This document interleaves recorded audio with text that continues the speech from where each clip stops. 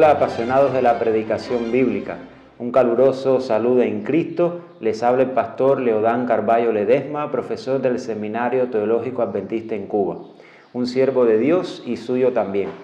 En esta clase vamos a estar trabajando lo que se refiere a los elementos estructurales del sermón, es decir, cuáles son las partes de un sermón y también algunos elementos que debemos de tener bien presentes a la hora de elaborar un sermón.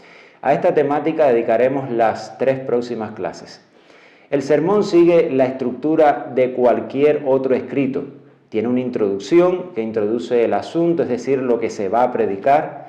Tiene un cuerpo, que es el asunto del sermón, el mensaje en sí, y tiene una conclusión. A cada uno de estos elementos vamos a dedicar un tiempo y empezaremos con el cuerpo del sermón, que es el mensaje en esencia.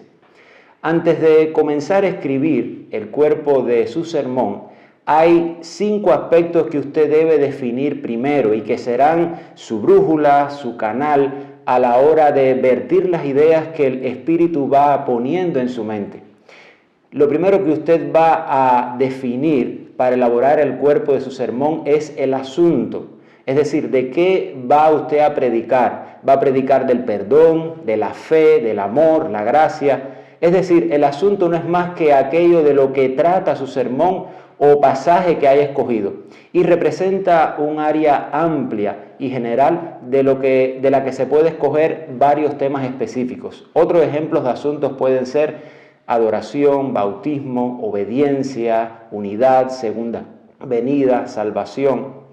Ahora, debe asegurarse que ese asunto cumpla estas condiciones. Primero, que revele la voluntad de Dios, que tenga fundamento en la palabra de Dios y también que ofrezca soluciones a los problemas de su audiencia. Recuerde que al elaborar un sermón, usted debe tener 3 esferas presentes en su mente: Dios, la palabra y la audiencia que va a escuchar el mensaje.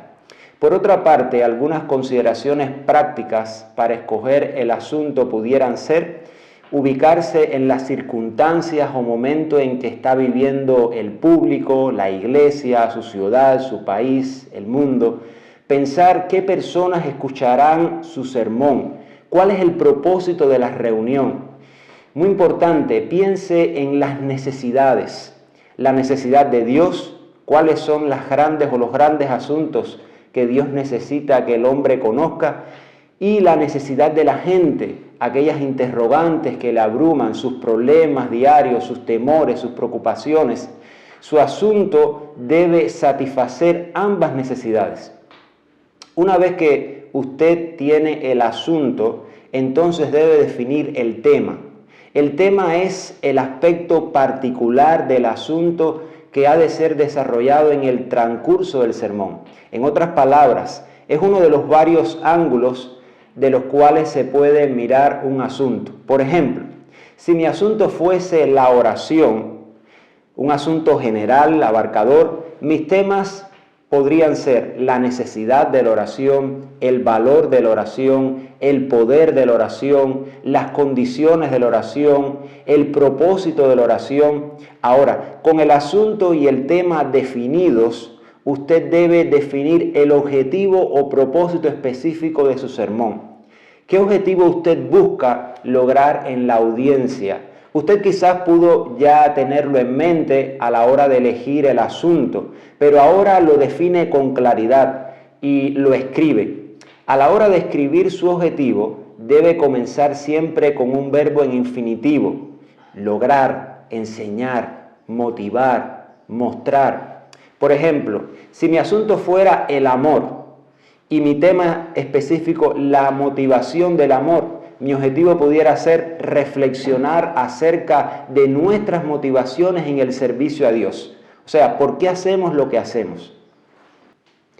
El cuarto aspecto que usted debe definir es la proposición, lo que usted se propone, su tesis.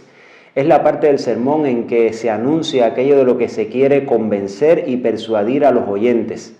La proposición es la oración más importante de todo el sermón.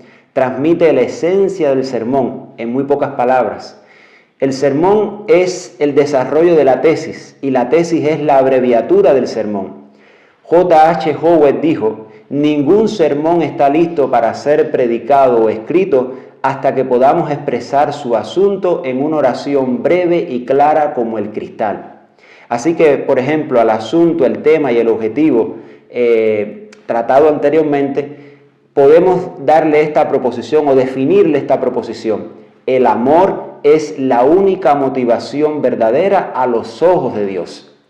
Como quinto y último aspecto, debe definir la palabra clave. La palabra clave es la palabra que usted va a usar a lo largo de su sermón para introducir cada elemento, cada división.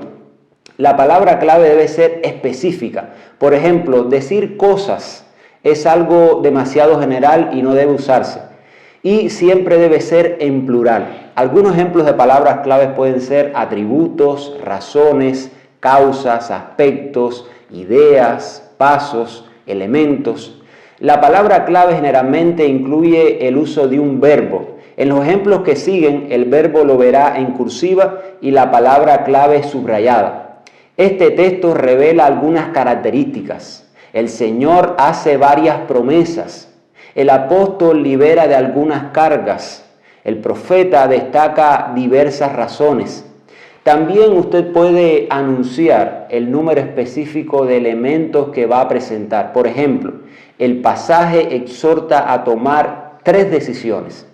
Resumiendo lo anterior, usted debe definir su asunto general, su tema específico en el marco de ese asunto que usted eligió, su objetivo concreto, la proposición o la tesis y la palabra clave. Esto es algo que se hace en oración y puede tomarle un tiempo, pero el Señor le ayudará.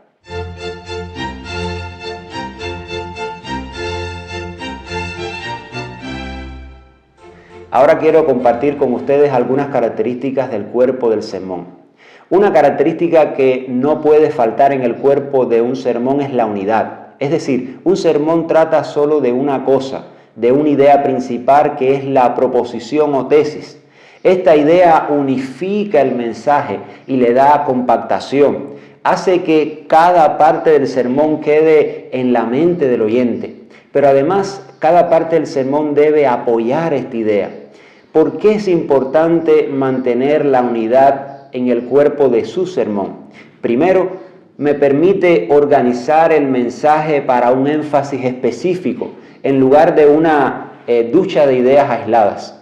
Un sermón debe tener 3 divisiones principales más o menos, pero no trata de 3 cosas, sino de una sola. Lo principal es mantener lo principal como lo principal. En segundo lugar, me permite profundizar un único asunto, de manera que quede bien claro en la mente de la audiencia. En tercer lugar, le ayuda al predicador, a usted, a mantenerse enfocado. De este modo no saltará de una idea a otra de forma inconexa y así los oyentes no se agotarán.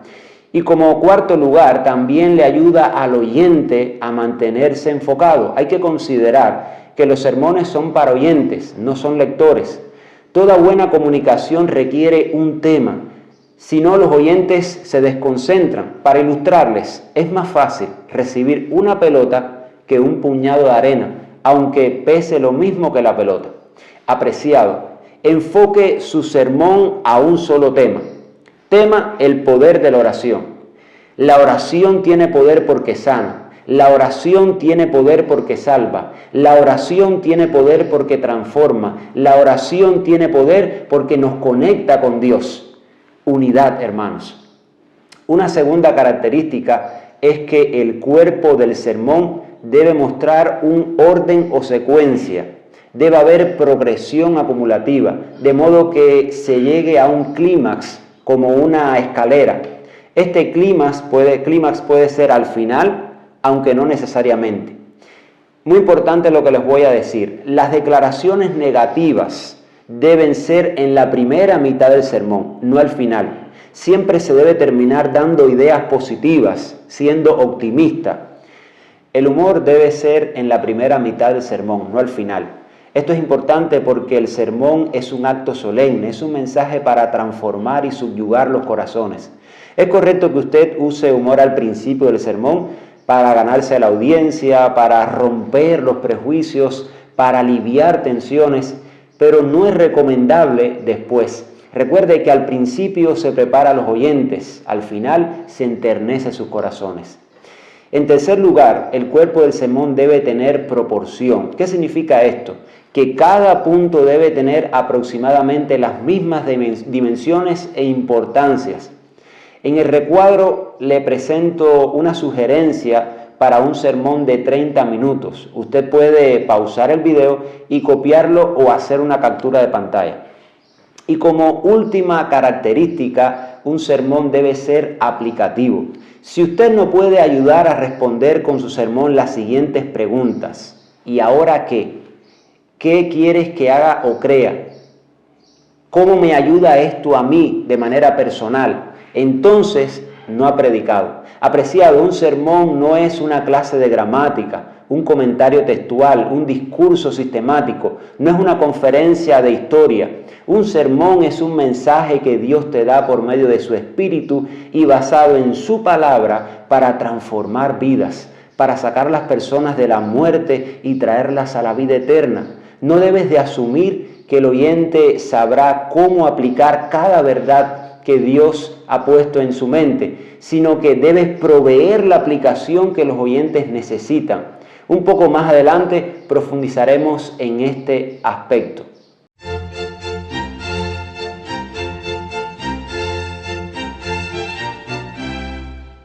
En la siguiente diapositiva les presento una muestra de todo lo que hemos aprendido hoy y cómo se vería ya en el bosquejo de un sermón. Asunto: la oración, un asunto general, abarcador. Tema: el poder de la oración, que es un tema específico de la oración. Objetivo: mostrar que la oración de fe es el mayor poder disponible. La proposición: la oración es el mayor poder disponible para cualquier ser humano. La palabra clave: razones. Y la frase transicional, que más adelante hablaremos de ella, en el pasaje que estudiaremos son reveladas 4 razones por las que podemos afirmar que la oración es el mayor poder disponible para cualquier ser humano. El cuerpo del sermón quedaría así: la oración tiene poder porque sana, la oración tiene poder porque nos salva, la oración tiene poder porque nos transforma y la oración tiene poder porque nos conecta con Dios. Unidad, orden, proposición o proporción y aplicación. Amigo, esto ha sido todo por hoy. Te espero próximamente para seguir aprendiendo juntos la ciencia de la predicación bíblica. Un sermón puede predicarlo cualquiera, pero un sermón bíblico que transforme vidas, solo aquel que esté conectado con Dios, con la palabra y con su prójimo. Su hermano en Cristo, Leodán Carballo.